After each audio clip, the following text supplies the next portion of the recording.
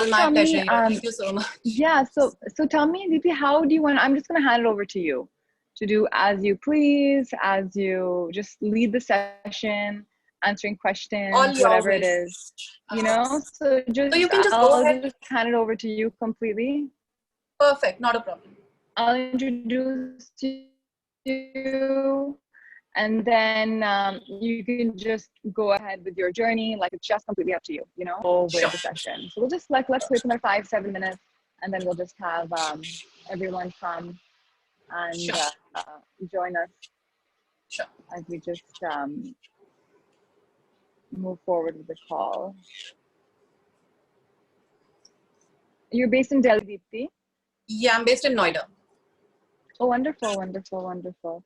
And no, it's so wonderful. I've been using the products and I absolutely love them. Thank you so Because we much. must introduce all of our yogis to your products and everything. So I thought it'd be pretty cool, you know? Yeah, so gradually it happened. I mean, we did not think of joining the entire concept with the yogic way of life, but gradually we realized that the kind of stuff that we are doing, most probably it's, you know, the yogi people will be able to relate to it in a much more better way than yeah, absolutely, absolutely. People who are in like Ayurveda and like holistic living, you automatically start moving towards like just a more holistic way of life. So exactly, yeah, that would be, yeah. But I strongly feel India still needs to mature in terms of realizing the importance of natural. So when I say natural in a holistic sense, not in the form of just one product, and the entire lifestyle has a lot of other negative things. So it has to be a holistic approach, which is where I believe we lack a lot. Yeah, I think it's not a very mature market as of now, you know? 1 second.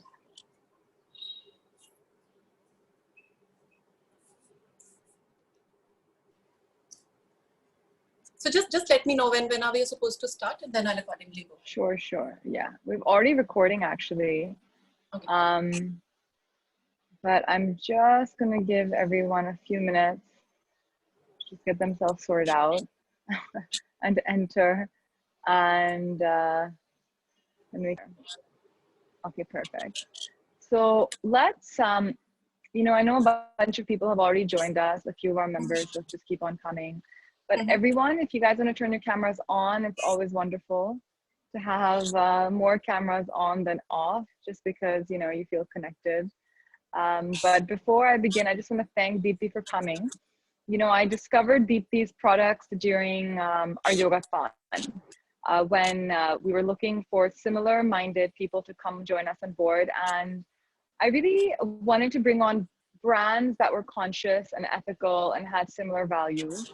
And we came across Deepti, and she's a perfect yogapreneur, right? She's a yoga teacher, she's a nutritionist, and she studied Ayurveda, and then she brought all of this into her passion for actually setting up some amazing skincare products. Now, I'm always skeptical about skincare products, you know, because there's so much stuff out there in the market. You never really know what's good, what's bad. So I actually began using some Svarasya products, and there was, I would say within the first few days of using their stuff, I could see a distinct difference. And actually, I know the 1000 wash cream is sort of your signature product, but what I really, really loved was your, like, it was a face wash made from a Japanese, like an ancient Japanese recipe. And I thought it was very similar to Upton actually, you know? So I was like, wow, Upton is also being used here in Japan.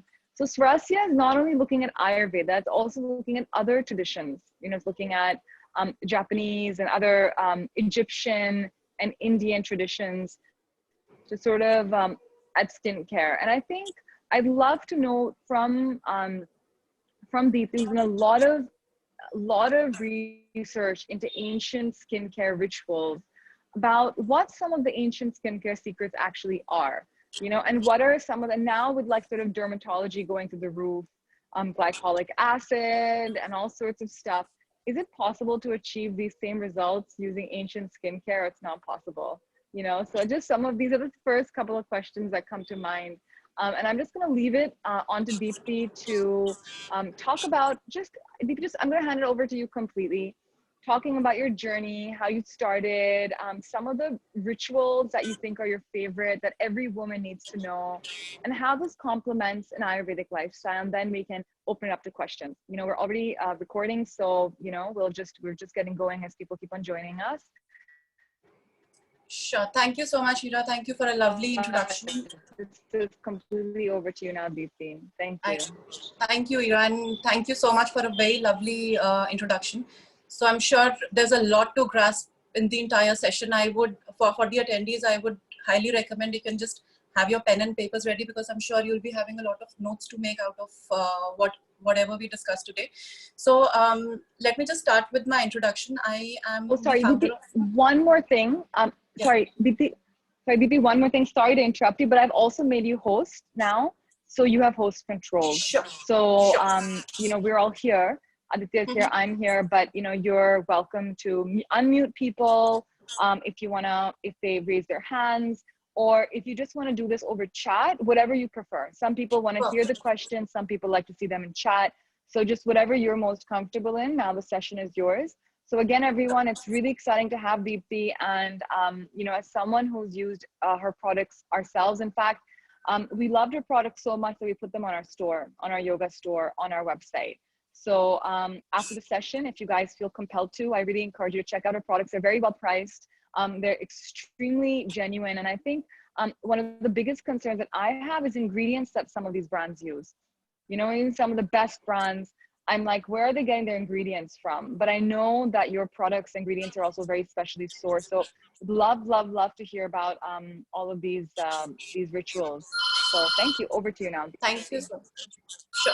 So, okay. So let me just give my introduction first. I am the founder of Svarasya, and we are primarily based on the idea of traditional self-care. So I would not call Svarasya as only a skincare brand, but a self-care brand. So we really want to create an awareness how skincare is not just about one product miracle, or the peels, or going to a derma clinic, or going to a salons. It's more about you as a whole rather than using some specific products. About me, I come from a background where I've studied 3 oldest ancient cultures. I am primarily a macrobiotic nutritionist, also an alkaline diet coach, of course a wellness coach as well, but my primary interest lies into researching the ancient and trying to figure out what was it that made these ancient philosophies so ageless. So I'm educated into traditional Chinese medicine, I'm educated into yoga and Ayurveda I'm studying as of now. So the whole idea was to understand the concepts of these ancient sciences, and just an awareness for you all people.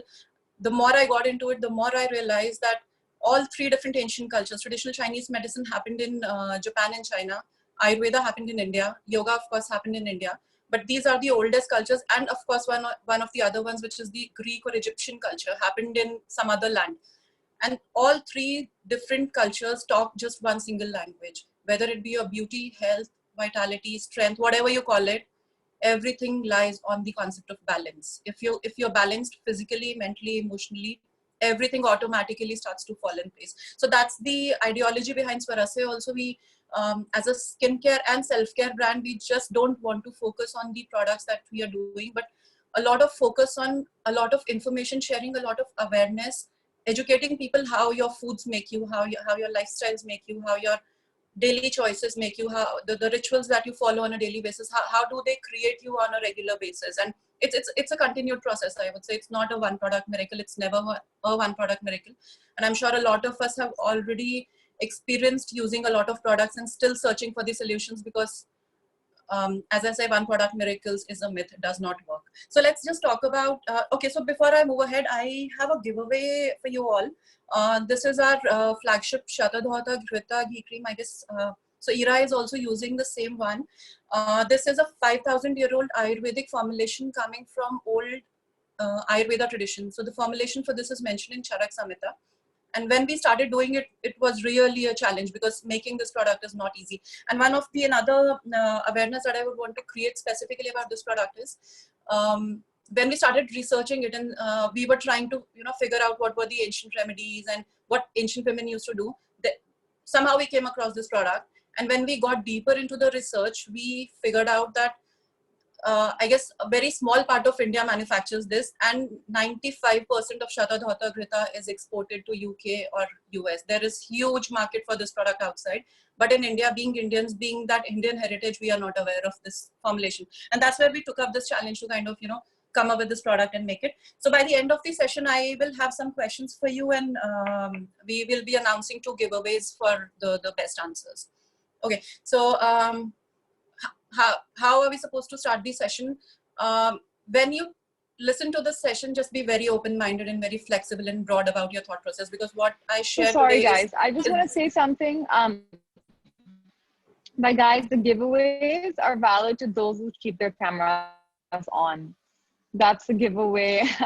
That's the giveaway that we always say, even during yogathon. Keep your cameras on so you can be more engaged. You can be more focused, and you can feel a collective sense of energy. So if you want to win the giveaway, please turn your cameras on. Aditya is taking a look at everything.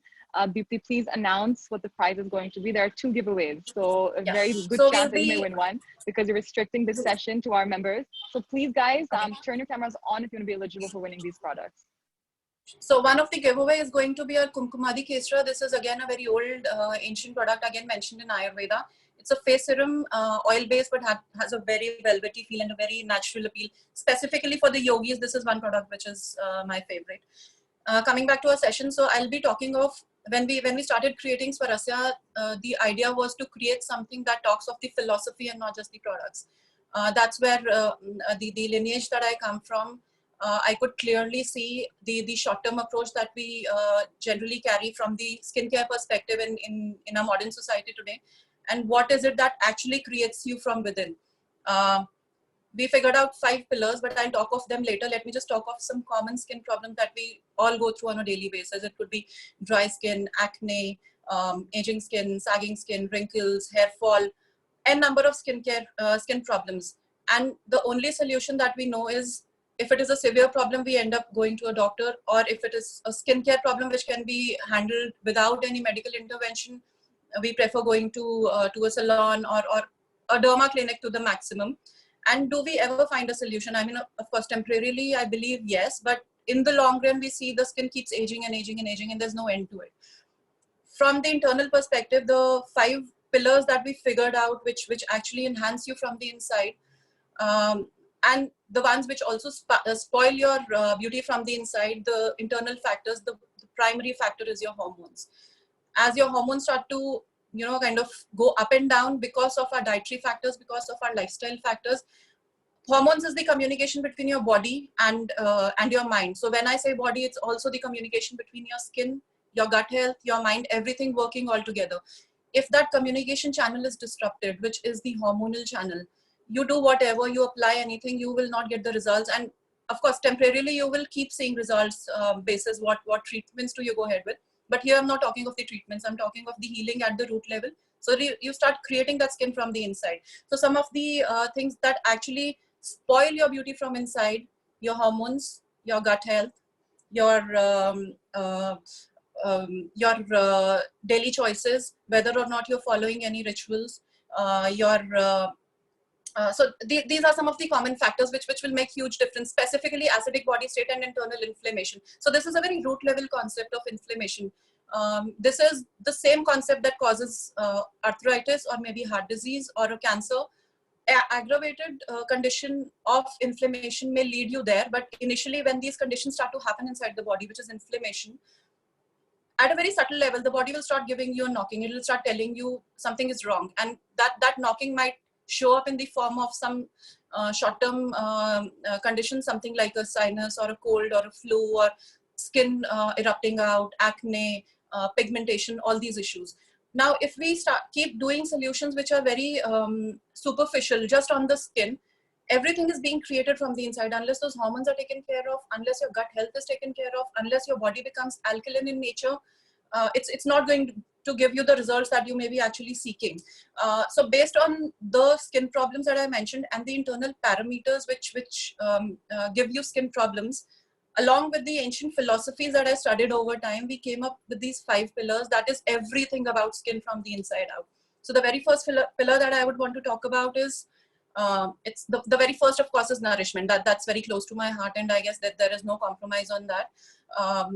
The modern ways of looking at food these days, we are into too much of a calorie counting and counting our proteins, counting our carbohydrates, and then kind of getting into that fixated mindset, inflexible mindset, just trying to fill in the body with whatever a diet plan tells us. So whether it be your weight. So when I talk of beauty, again, I would want to highlight it's more from a broader sense that I'm talking about. I'm talking of beauty, I'm talking of weight, I'm talking of energy, I'm talking of vitality, everything when I talk of these 5 pillars, because everything is holistic. You take control of these 5 pillars and automatically you see everything starts to transform from the inside out. And skincare, I would say, is just 20% or hardly 15% of the element of everything that we discussed today. Coming back to the foods, talking of foods from the modern perspective, I'm sure a lot of us have done diet plans and still maybe doing it, trying to fight with our weight or trying to improve upon our skin and, kind of bringing about that energy level back, that vitality, that radiance back, but it doesn't happen ever. Why? Because again, at the foundation level, from the diet perspective also, there are a few parameters which are working deep inside you to create you. What are those parameters? At the top is your gut health. So now the gut health may show up in various, because our the digestive tract starts from the mouth and ends at the colon. So any problem in this entire tract, starting from your mouth till your esophagus, to your stomach, to your large intestine, to your colon, wherever your body is clogged from inside, specific manifestations of toxin accumulation will start happening there, and these specific accumulations have specific manifestations on your skin. I'll talk of that later when I proceed through the program, like how these problems do manifest on your skin. But broadly talking of the foods, the very first thing that you need to check, even before you go ahead with even a calorie counted plan or a counted protein plan, you need to check your gut health. That is the nutrient processing unit. The nutrients which will be taken out of your foods will be passed on to your cells only if your digestive power has extracted those nutrients, mixed it into your blood, passed into your cells, and your skin is nothing but a cluster of cells. So gut health is the primary, I would say, the very first thing that we should be focusing on. Secondly, most important, your alkaline state of the body. Now, this is a very Western concept, which has started trending in India, but since I'm educated into it, I think I can talk a little deeply about it, because this is where my entire practice is based on. I completely believe in going alkaline. So when I say alkaline, it is not just about diet. So in a very layman language, if I have to explain what alkalinity is, it's pushing out the toxicity from your body out. Any kind of toxicity. It could be in the solid form, it could be in the liquid form, or it could be in the gaseous form. So these 3 different residues happen inside the body. Maybe due to the kind of foods we are eating, maybe due to the kind of lifestyle we are living, or the kind of drinks we are having, or just with the shallow breathing also. If air is not sufficient inside the body, that everything will start showing on your skin. So alkaline state of the body, what the basic concept it says is, push out the toxicity out of the body, which in acid alkaline language, they call it pH level, or they call it acid. They call it acid. What we feel as acid inside the body is generally our gastric troubles. Anybody having very high level of acidity will start to feel a lot of gastric issues happening. This is one form of acidity, but I would say about 98% of the people today living modern kinds of lifestyles are acidic, even if you do not have any kind of digestive acidic issues. What acidity does is when the metabolism happens, your cells also leave over a lot of toxicity. When you eat foods which are not clean in nature, which are refined foods, processed foods, or outside junk food, whatever, a lot of preservatives, chemicals, a lot of hormones are entering your body. And initially we talked about how hormones create your skin, which is I would say the bottom line of creating a new skin within yourself. So these play around with your hormones because they block the channels. Your body has to be very, very free flowing, very clean from inside. Just to kind of focus on this concept a little deeper, just kind of try to visualize a newborn baby. Did you ever see a newborn baby entering the world with face full of acne, a face full of wrinkles, or a lot of redness or rashes on the face? Never. I mean, hardly we come across such babies. Why? Because a baby, or I would say rather a human body, when enters into the world, comes along with a lot of vitality, a lot of energy, and a very clean system from inside. The digestion is clean, the entire nerve system is clean, the entire circulation system is clean, the entire body is very clean from inside.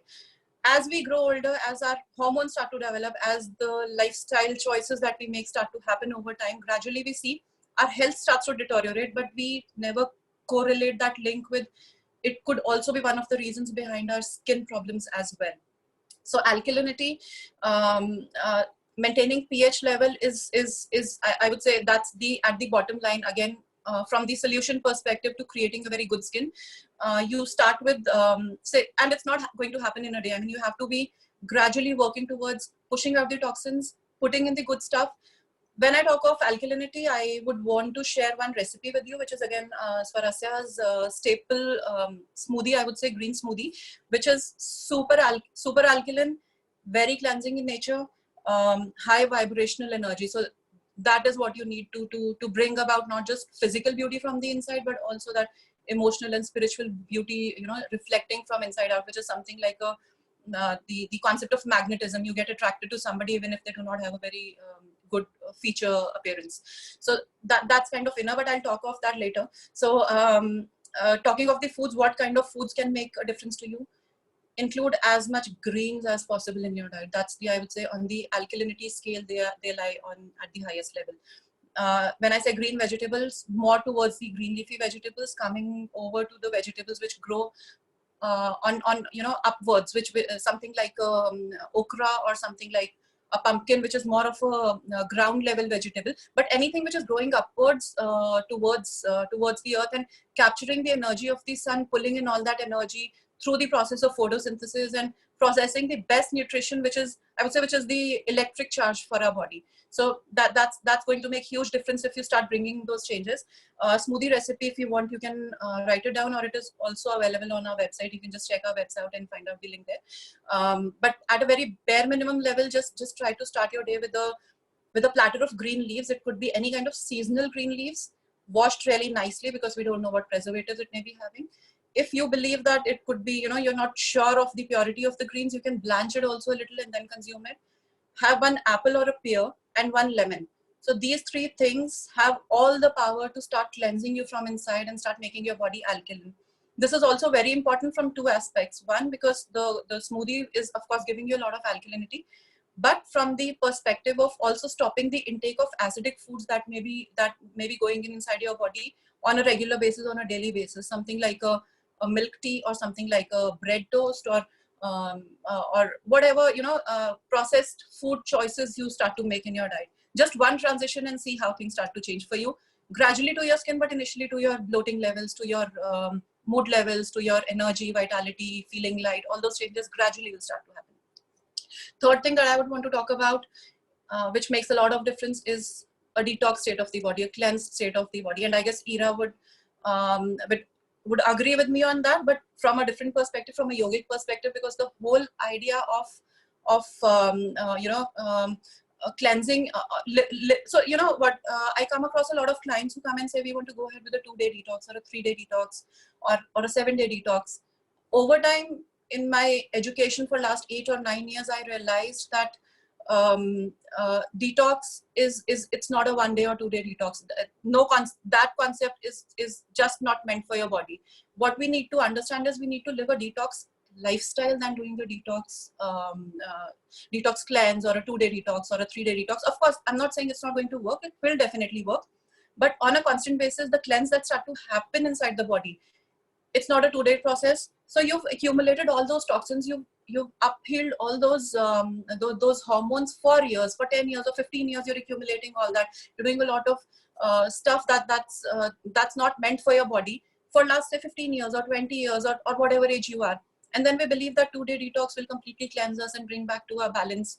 It's just not possible, because body manifests itself in a very slow manner. And how nature indicates that a baby comes into the world after 9 months. It's not an immediate process, you know. It's not going to happen in a day. So it's a gradual process. You start with it, you will, you know, there would be some ups and downs gradually, but you'll see that the entire road starts to become smoother if you start to adopt this kind of a lifestyle, from the foods and other perspectives that I talk of in the session today. So this is broadly about foods.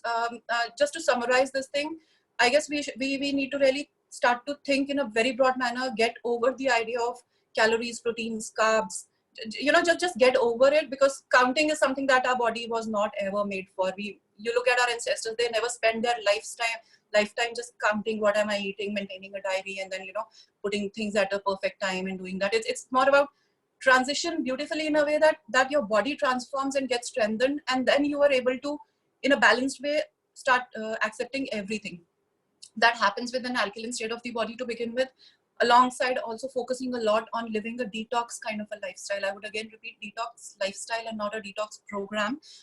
Of course, you can adopt and go ahead with the detox programs, but once you start getting into that lifestyle, stick to it. I mean, be at it, say about 70% or 80%, and then see within a month or 2 months or 3 months, and gradually 6 months, 8 months, 1 year, how not just your body, but your thoughts, emotions, your spiritual energy start to change. You start to feel so positive and lively.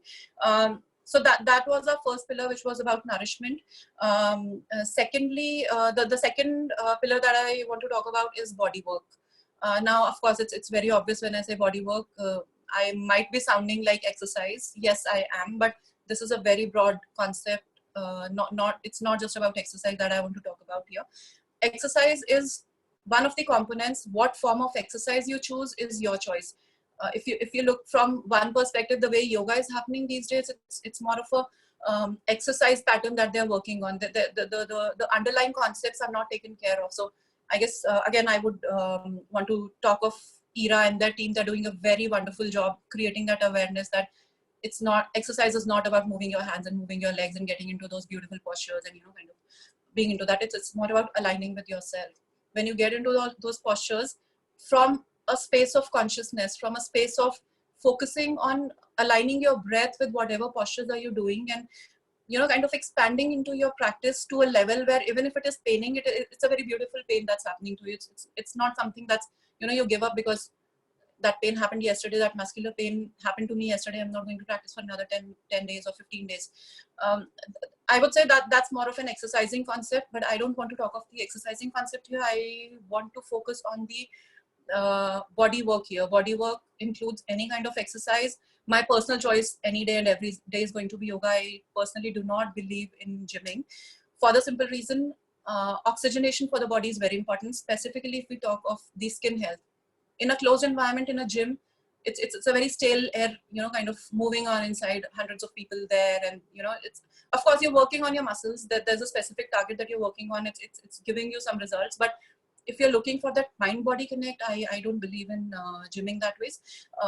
It's always a better idea to go out in nature, maybe go out for a jog or a brisk walk, or also getting into these deeper practices, ancient practices which align you with you.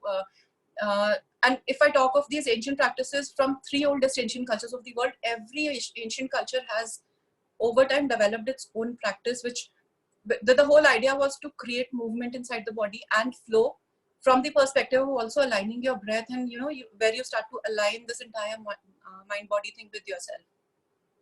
If I talk of yoga, of course, we know yoga is one of the best practices, and in India, I guess we are very lucky that this practice originated in India.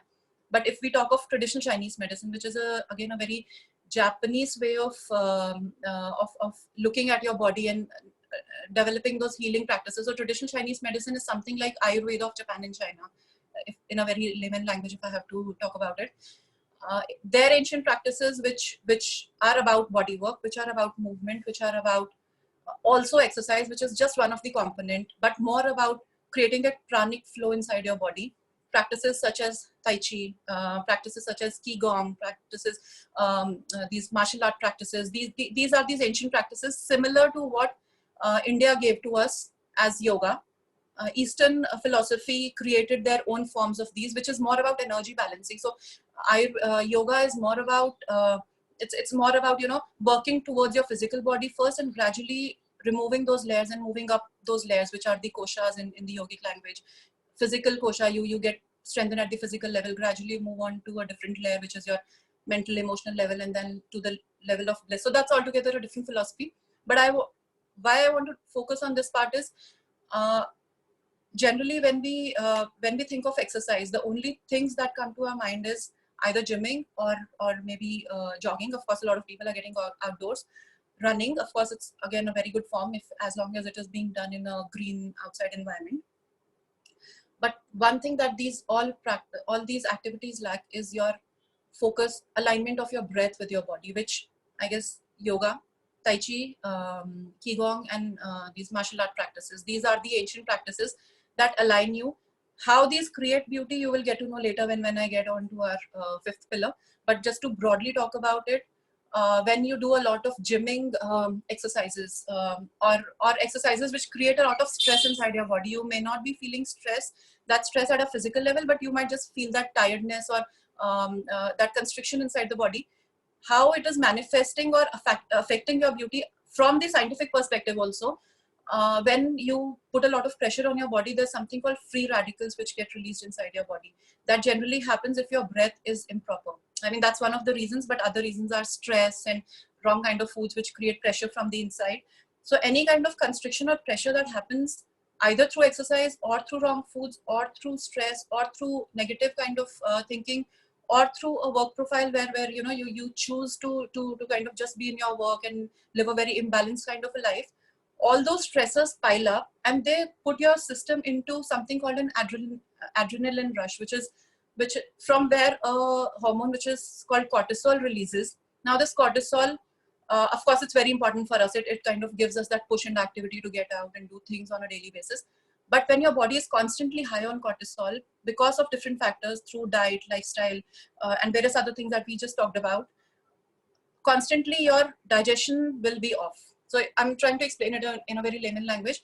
Your digestion will be off. So even if you're consuming the bestest foods on earth, designing your meal plans from the bestest of nutritionists, and if you are under a state of stress, putting off your digestion and kind of shifting the focus of your circulation from digestion to creating more energy, gradually those nutrients do not have a channel to reach to your cells, and ultimately beauty is what reaches your cells. So it's very important to, of course, stress I talk of later, but from the exercising perspective, it is very important to adopt those practices which help you also control your breath or bring it down to a level of peace and calm, and also work on your body in a way that balance of breath, balance of sympathetic nervous system, we call it sympathetic and parasympathetic nervous system, so that balance between these two systems is maintained. That is the highest state of beauty that I would say that you can create from inside, because that's where your digestion will be optimal, that's where your nutrients will reach the cells, that's where you will produce energy, and that's where your skin will be reformed and renewed. So from the bodywork perspective, few other things that we should be really focusing on. This is coming from Ayurveda. So Ayurveda, of course, these are sister sciences, yoga and Ayurveda. But Ayurveda specifically focuses on some cleanse practices, some daily rituals, dincharya, which is how you should be leading your day as per the sun cycle. Our body works as per the sun cycle. So some practices like early morning abhyanga, one of the best practices that you can do for your skin, specifically for the people who have a very dry skin condition. A lot of troubled skin in terms of sensitive skin, who are kind of struggling with their skin from the pigmentation perspective. Now that's a personal experience I would want to share. When I started, kind of doing all these things and got into this, and specifically getting into this massage thing every day, because it seemed to be a hassle to me, until few years or months back. What I realized was when you apply, when you do abhyanga or pure oil massage on your body before bath every single day, that our body is to a certain extent porous. So that dryness which is also happening internally, which is happening for hundreds of reasons, the kind of foods that we are consuming, again, a lot of toxicity which is lying, kind of creating a bed inside the body, or through dry respiratory tract, whatever, our bodies may be holding a lot of dryness. So some part of it you of course compensate it with consuming a lot of foods which are good oil rich, and you can also nourish your body from the outside, which will have an internal impact, is through applying oil on your skin on a daily basis. See how your skin, not just at the body level but at the face level, even if you're not applying oil on the face, that transformation starts to happen everywhere. You start to see those changes happening at a very holistic level everywhere. And you start to feel really eased out, and flexible body, flexible movement, that flow that I'm talking of, prana, that realization of which happens quite later, but then you start to feel a lot of good changes happening inside your body. So these practices, something like daily oil massage, one of the ancient practices which I came across in traditional Chinese medicine, which is more of for the very first time, what I could make out was it's a practice coming from traditional Chinese medicine. But over time, when I started studying Ayurveda, I came to know it is an age-old ancient practice, which also coincides with the idea of traditional Chinese medicine practice. So this practice is called dry skin brushing. This is one practice that will give you the, I mean, this practice can completely transform your skin. It works on a very simple philosophy. Our skin is shedding dead skin all the time. Every day, every minute, every hour, then hundreds and thousands and, you know, multiple dead cells coming and coating our skin on a daily basis. So what the bathing practice generally that we have on a regular basis is, you know, we'll spend say 5 minutes or 10 minutes in the bathroom, maybe applying some soap on the body, and then we are done, and, you know, we feel everything is clean. Now, when you do a lot of soapy stuff on your skin, and if your body already has a lot of dead skin cells layered on your skin, that soap will rip your skin off that pH layer. The concept of alkalinity applies to your skin as well. It's an inside out concept. As much as it's applicable inside, that much also it is applicable outside. So that pH level or the alkaline balance of the skin gets disturbed when we use these acidic kind of things. Soap, of course, then your bathing gels, bathing shower gels or whatever. So these will create a layer of furthermore dry your skin, rip off your skin off that balance. As that layer rips off, your skin becomes much more prone and probable of attracting a lot of microbes and giving it an inlet towards your skin from the internal perspective. So if I have to kind of pick up one remedy or one practice that can make huge lot of difference, even if you're not using any kind of skincare product, invest in a good dry skin brush. If you do not understand what to buy and you want to immediately begin with it, you can also use a very rough towel. You can just take a very coarse towel, which seems a little hard on your skin. You need not wet it on a dry body before your bath. Just spend 5 minutes doing this dry skin brushing. In Ayurveda, I am not able to recall that term, what they call it, some Krishna something, but I guess I'm forgetting the name here. But just do dry skin brushing starting from your feet. Do it upwards towards your heart, because what is this trying to do is it's trying to push the circulation from your feet, which is generally I would say the aging phenomena. The gravity phenomena is an aging phenomena. Anti-aging phenomena is anti-gravity. That's where the yogic practices also come in, by the way, which is like inversion poses, where your head goes up and your head goes down and your legs go up, which creates that anti-gravity effect. Anti-aging is, from a very root perspective, it's an anti-gravity concept. It's gravity will always pull you down. Your emotions, downwards emotions will pull you down. So the idea of this dry skin brushing is, take the brush, take either a brush or a coarse towel or even a loofah to start with, but best is either with a brush or a towel. Start from your feet, coming over in a circular motion, just moving that towel or a brush upwards towards your heart. And you're not supposed to do it on your face, but of course from your neck till your heart, and then from your lower body till your heart. Now what this will do is, this will immediately activate your circulation and will kind of give that push to the heart to pass on that circulation to each and every cell of the body.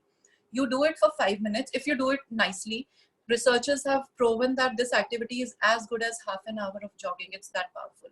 And the kind of skin it can give you, I can guarantee you, if you do it for 30 days and see how the entire your skin health starts to transform completely from inside out. So this is again, you know, a lot of ancient recipes, remedies coming from these ancient cultures, where you need not bank on these products and your never-ending search for these products. I mean, these therapies are powerful enough to just transform you from inside, not just from the skin perspective, but from the health perspective also. What this is also going to do is, it's going to give you a strong push to your lymphatic system. A lot of skin problems, acne, blemishes, specifically the spotty kind of skin issues, any kind of, you know, scars on the body or your face, or such kind of issues happen because we have a very stagnant lymphatic system. A lymphatic system is something which is also, you can call it another immune system of the body. But if our lymph nodes are holding on to a lot of toxins, the circulation is impacted.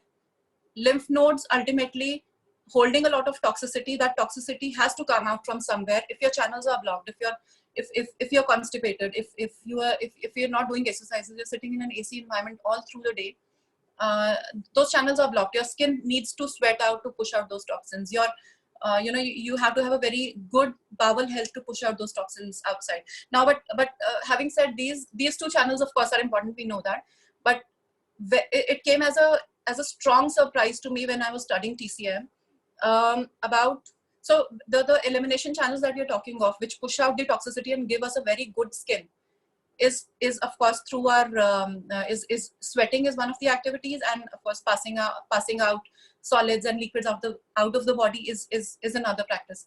But you would be quite surprised to know it's just 25% of your toxins coming out through your skin and through your bowels. 75% toxin elimination channel is your breath. So that kind of answers why there has to be a lot of focus, which you'll come to know once I talk of our third pillar. But breath work, if you can work hard on improving upon your breath activities in a way that you are fully oxygenated, you don't need any skincare product, you don't need any so the entire health falls in place automatically, because 75% of your toxicity in the body is carbon dioxide. And I guess this is the most that we accumulate inside the body, living in a sedentary way.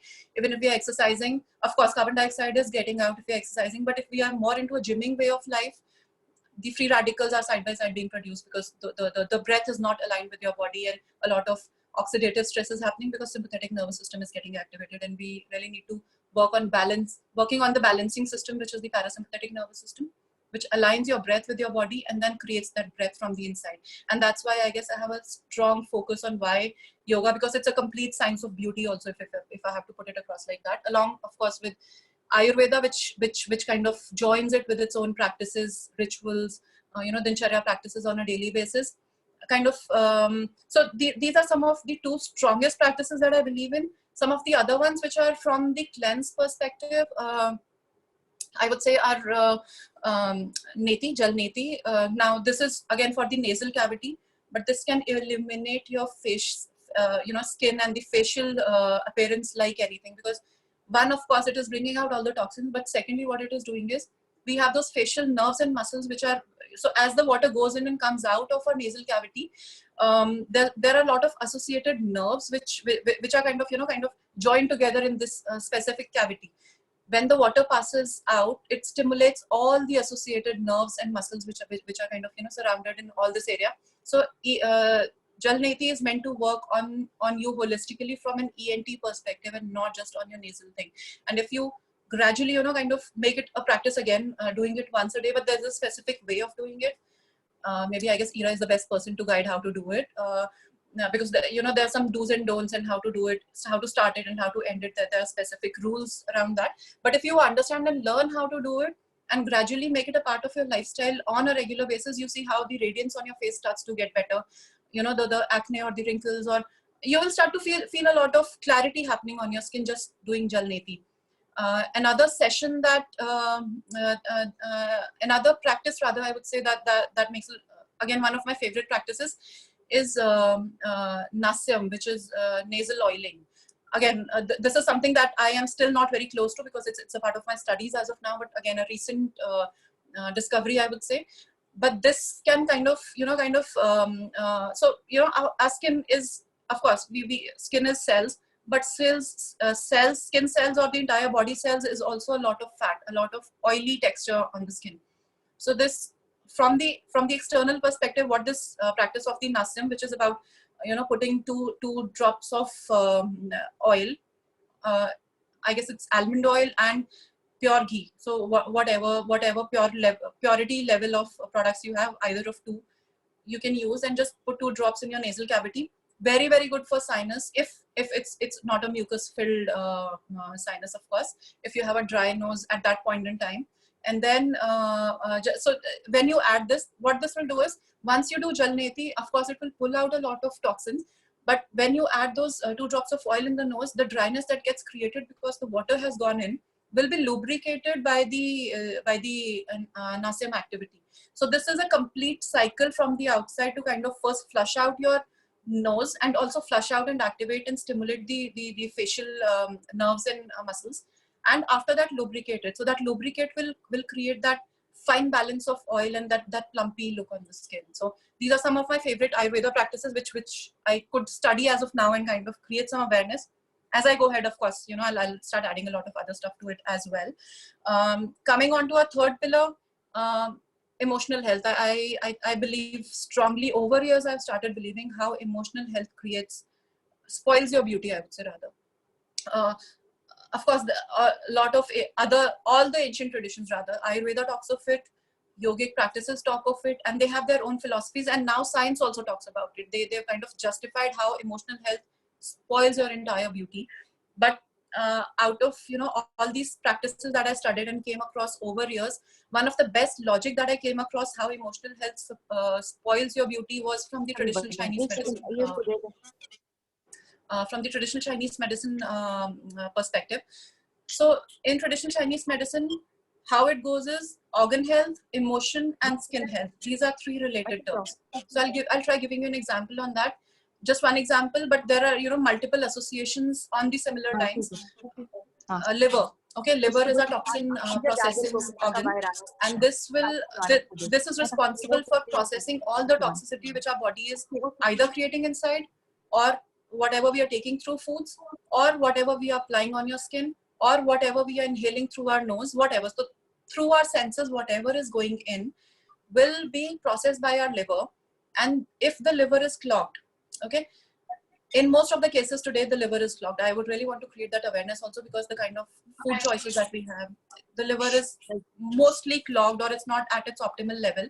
This will ultimately, so if I talk of the emotion correlation with liver, emotion of anger is a direct manifestation of a clogged liver. So that's something that I came across in traditional Chinese medicine, how organs are so closely related to your organ functioning. If you are sad, by any chance, if you're feeling very sad for no reason, just try breathing deep. That will immediately, you know, start bringing settling you down. Why? Because the emotion of sadness has a direct impact, or is directly related with your lungs. That's the manifestation of your organs in its emotional state. Feeling of fear. So just to give you an example, if you scold a small child, okay, and in a lot of cases we often come across that concept that a baby passes out in the pants if you scold them. Like the school teachers may also, you know, complain that to a lot of parents. Emotion of fear has a direct correlation with your kidneys. As your body gets into that constriction, that emotion of fear, that tightness, immediately your kidneys contract. When the kidneys contract, the urine holding place gets narrower, and you know, you pass out. So the fear will always impact your kidneys. Anger will always impact your liver, and it goes vice versa also. If your liver by chance is congested, by nature you're not a very angry person, but due to your choices, or if you're more on alcohol or more on toxin kind of foods which create a lot of toxin inside the body, ultimately your liver will be clogged. Over time, gradually you will become an irritable person, you will become an angry person, because these two are closely related. The moment liver starts to clog, emotion of anger will start to rise. If you are by nature an angry person, if you're eating very, very well, gradually your liver will start to get congested. It's a two-way communication, and it happens with all five major emotions of the negative emotions that we go through: fear, anger, then sadness, feeling unloved. So feeling of that feeling of unloved feeling relates directly to your heart, and that's the reason generally the feeling of love is always associated with the heart. It's not a coincidence. In ancient sciences, if you study Ayurveda and traditional Chinese medicine, rather traditional Chinese medicine more deeply, you come to know how the feeling of joy and love is a direct emotion of your heart. It kind of manifests and shows out of you through your heart. So how it impacts your skin is organ functioning clogged, emotion getting on a high. As emotion gets high, I don't know if you've ever come across this concept of your face holding a lot of emotional folds. It's called emotional folds, which is like when you strain a lot, or if your liver is clogged and you're an angry person, you start to see some vertical lines automatically coming over here. So we consider it as an aging sign. Of course, it's an aging sign, but that aging is happening because that organ functioning is going low. That's that organ is being clogged. It's not able to process whatever it has to in the right way. Ultimately, it's manifesting at the subtle level. That physical is becoming subtle in the form of anger, specifically in the case of liver, and that subtle being in your mind. You from your mind, whatever goes to your mind, your thoughts generate from there, your emotions generate from there. So emotions will directly manifest if you are into any kind of negative emotion. Ultimately, those folds will start to happen inside the body. That's called emotional folds. But apart from that, what will happen is, as soon as you get into any kind of a negative emotion, automatically your sympathetic nervous system response will get on, your stress response will go up. And we've already discussed, as your stress response goes up, the very first thing that will shut down is your digestive system.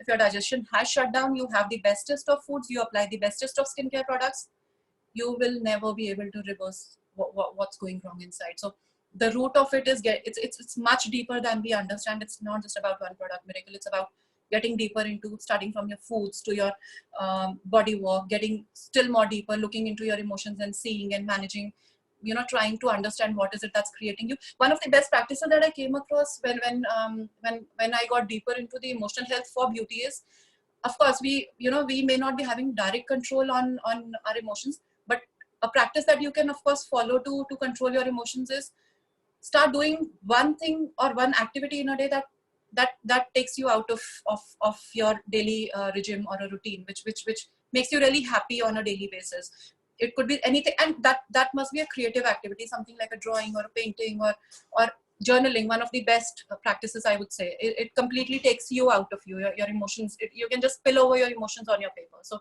that's one of the best practices, and immediately will induce your parasympathetic response, the stress-free response. As the stress-free response sets in, the digestion will become normal.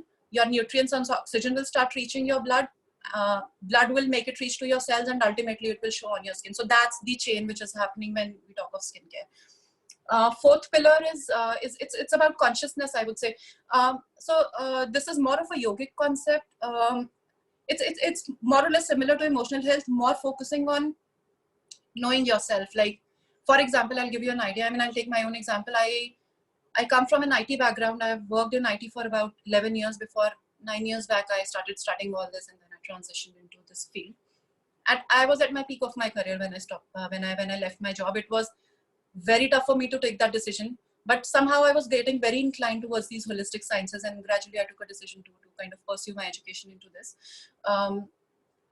Being at the peak of my career, having the power that I had, and the kind of package that I had, and when I resigned, I was at peace. I mean, not for a second or a minute. Till date, I could feel that, okay, I was at a level where the funds were so nicely flowing in, and I had the bestest of whatever I could.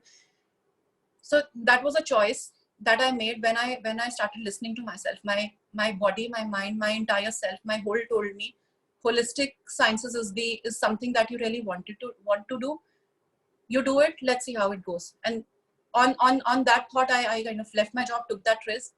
Have been working on it for 9 years now, and I guess of course it's going ahead from this point on also. But it took me those much years to kind of create that kind of a setup, create Svarasya, and then start passing on all that knowledge and awareness to you all, and of course with others. But the whole idea was, when you start to listen to yourself on a daily basis, something like your body tells you, okay, when your diet plan says, okay, you're supposed to have your lunch at 2 p.m. and then like a robot, you start having it at 2 p.m. without realizing. How do you feel?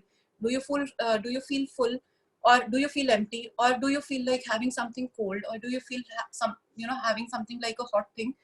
You're not listening to yourself. You're just like a robot, just whatever is mentioned in a plan, you just take in, and then the disconnect starts from there, that point on. Your body is telling you something else, your mind is telling you something else. That disconnect will create a disconnect of consciousness.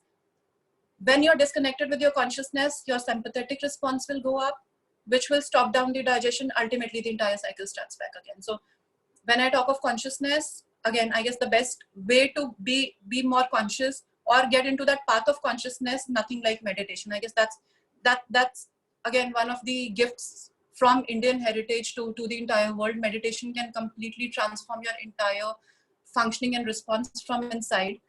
It all boils down to biologically how your organs are functioning from inside, how better your gut health is, how alkaline your body is, and this all will, irrespective of whatever foods are you eating, this will only happen when your sympathetic nervous system response is balanced. If you're doing everything, still you're stressed, it's not going to work, because the body doesn't work like that. It's you know, the body has to be in a state of rest and digest rather than being into a state of fight and flight, which is the sympathetic response. So consciousness meditation, I guess this best way to get into that phase is through meditation. Start practicing say for about 10 minutes or something, but I believe Ira is doing a lot of sessions around meditation also. That can also be a good start there. The last pillar that I want to talk about is energy. I guess that's at the top of everything. Whatever I have discussed till now is, the whole idea was to create that kind of energy, that kind of vitality from the inside, and making choices on a regular basis, on a daily basis, which increase your vibrational energy, which makes you feel good. So when I talk of energy, it's, so you know, kind of to kind of sum it all, when I talk of Svarasya philosophy, skincare, of course, products is one of the things that we are doing, but our entire philosophy is based on the idea of energy at the peak level, if I talk of it, which is achieved through high vibrational foods. When I say high vibrational foods, it's the same category as the alkaline foods. I mean, in Western language, you can call it alkaline foods. In the ancient language, you call it high vibrational or high pranic energy foods.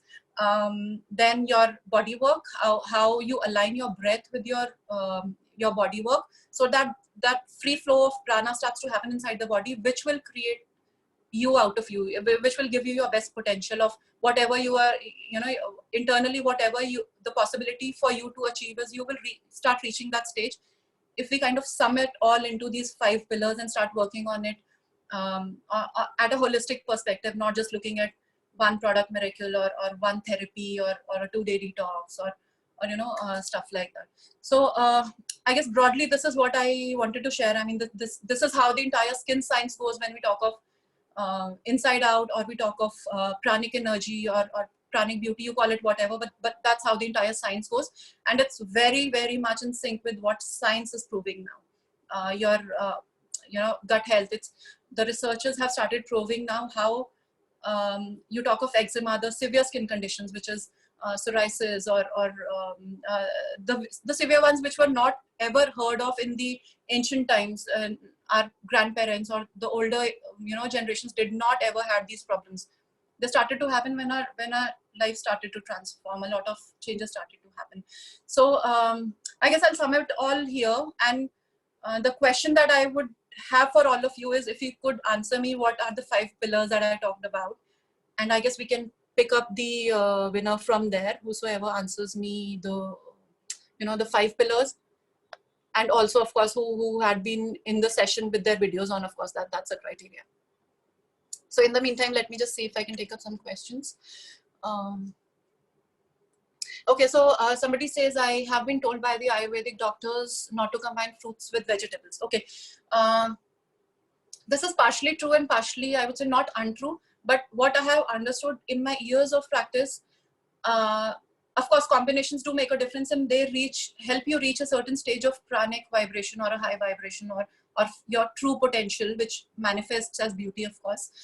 But it will highly depend upon what your constitution is, genetically what you have been blessed with, one.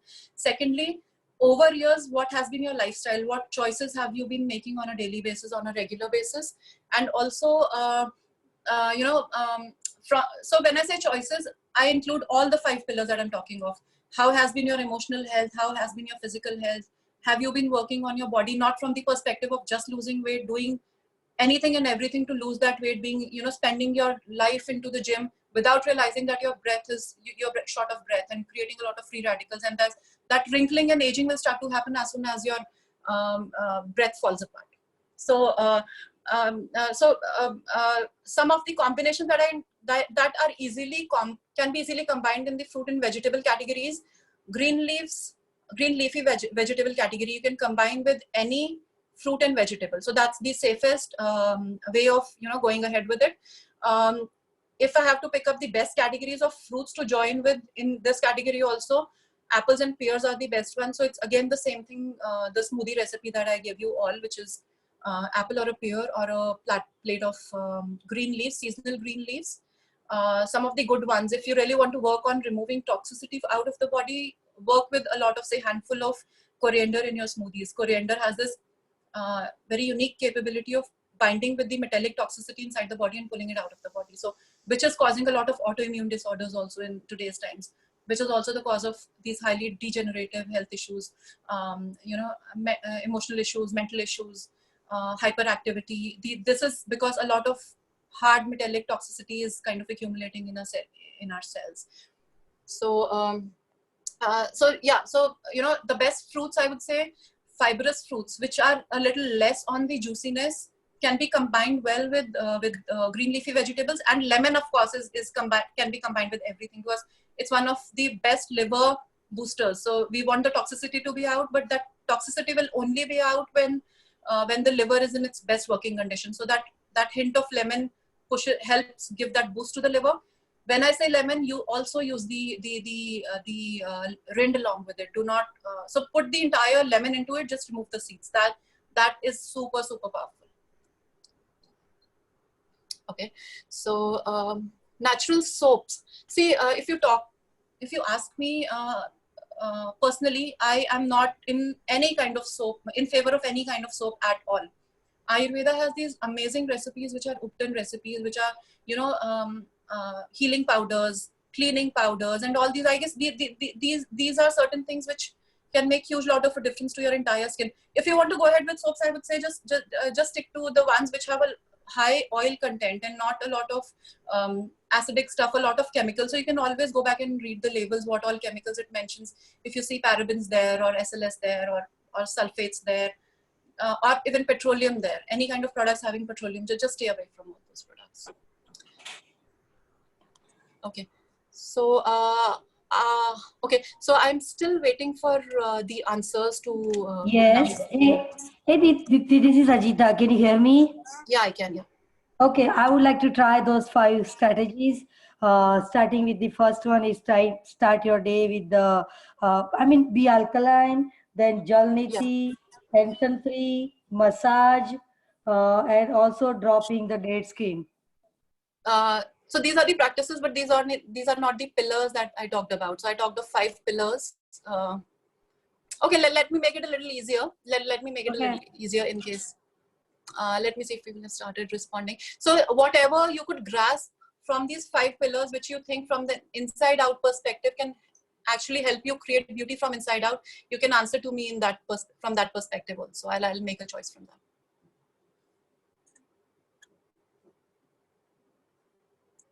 So guys, I guess we need to be a little faster because we are running out of time. So we have written the answers in the chat. Is that okay? Yeah, that's okay. I'm just trying to figure out the answer. So I guess the best answer till now that I received, which is the first answer from Zainab. So yes, you've kind of understood how the entire system works from the inside out. Also from the scientific perspective, manifesting everything at the outer level altogether. So I guess, yes, Zainab, I guess I would want to choose you as one of the winners. And another one, because we have 2 giveaways. So let me just choose the other one.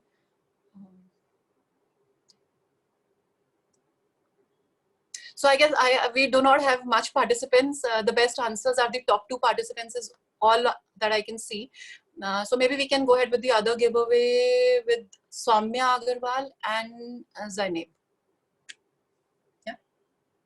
So thank you so much, Hira. I guess I'm done from my side. I hand it over to you if you would want to just kind of take it on from here.